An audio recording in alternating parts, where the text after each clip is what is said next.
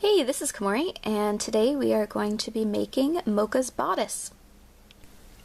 For Moka's Bodice, I'm using Simplicity 2067, and I'm going to start by making the lining of the bodice.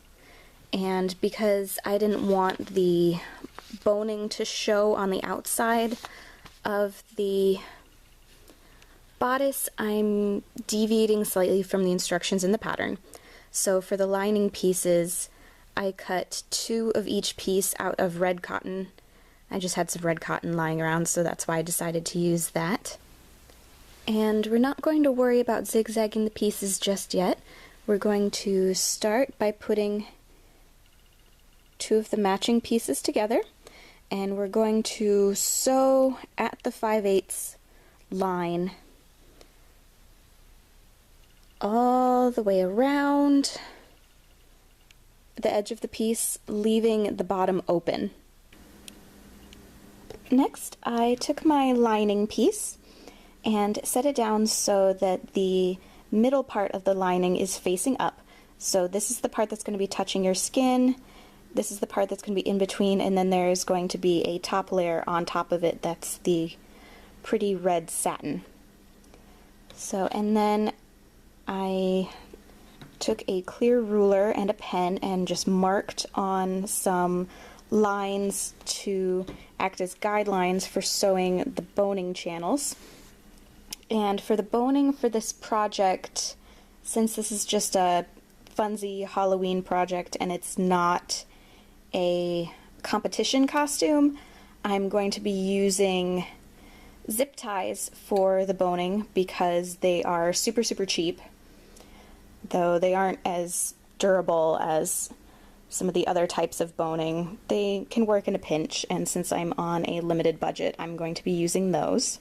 After I marked all of the guidelines onto the fabric, I then used my sewing machine and sewed on either side of the line, leaving the bottom open. That way I can put the boning inside.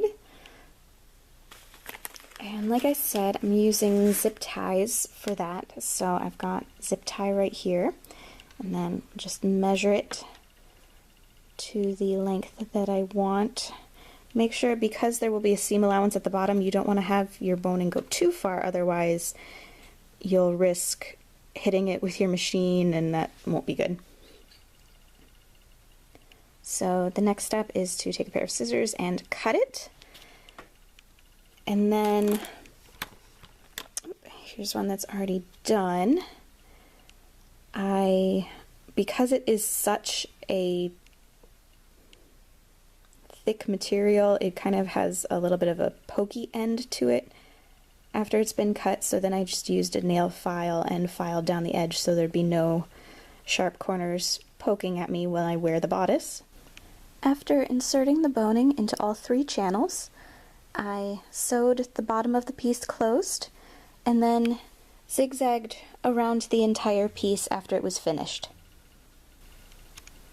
After finishing each piece, you can start attaching them together to make the bodice lining. And this is what the bodice lining looks like after all the pieces have been attached to each other. For the outer shell of the bodice, I cut all the pieces out of this deep red satin that I got from Joann's, and then zigzagged around the edge of all the pieces and assembled it together. I went with the kind of heart-shaped bodice just because I find that to be more flattering than a straight across cut bodice on me. You could use a different pattern if you want for a more accurate bodice that would be straight across. And then Moka has all these designs on the front of her bodice, so it's a little hard to see, but I drew on the back some guideline markings and then just sewed along those lines using thread that matched the fabric, so it's very hard to see on camera. But essentially I just made some guidelines for myself for putting the lace on the bodice because the fabric is just so slippery, and that way I wouldn't have to measure and then repin everything and then keep repinning, so that was just to give myself a little bit more sanity. Attach the lace along the guiding line. Next, cut and zigzag 2 rectangles out of black satin. Fold the black rectangle in half, sew along the long side, turn it right side out, and press flat. Insert eyelets into your rectangle, and then sew it to the bodice on either side along the edge of the lace. Sew another guideline along each of the sides of the red satin, and then use that to press the sides.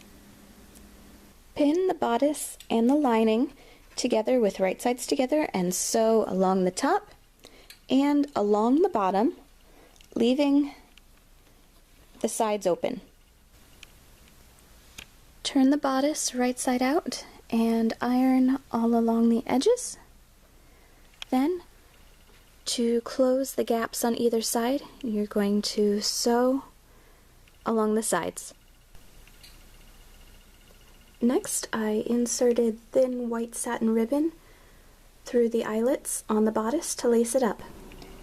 To make the modesty panel at the back of the bodice, instead of using the pieces included with the pattern, I cut a rectangle out and zigzagged around the edges.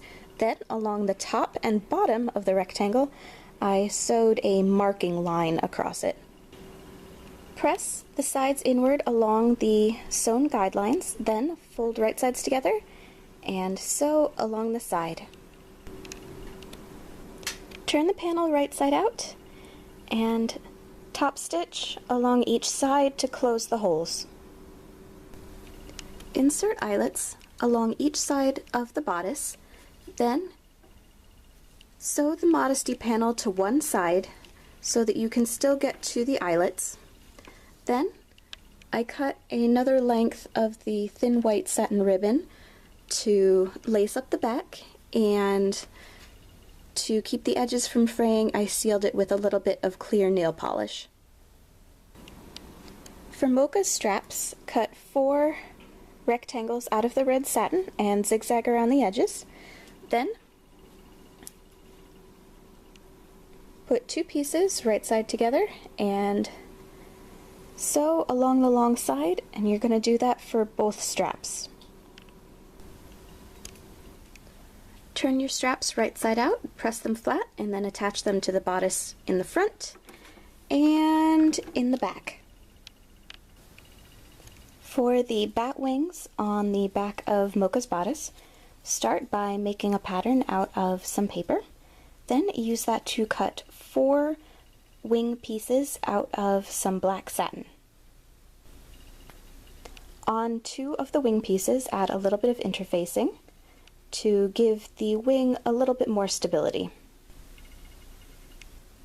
Putting right sides together, pin the other bat piece to the interfaced bat piece, and we're going to sew them together along the sides, leaving the end open.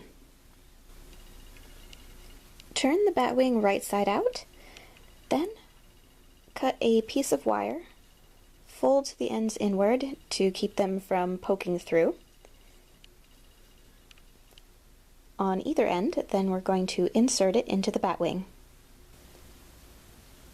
To keep the wire in place, sew along the side, back down to the other tip, back up, back down, back up, and then along the edge to secure the wire and to give it the bat wing skeleton underneath. Then, folding the raw edges under, sew the wing onto the bodice. And with that, Moka's bodice is done. For more cosplay sewing tutorials, please subscribe, and thank you very much for watching.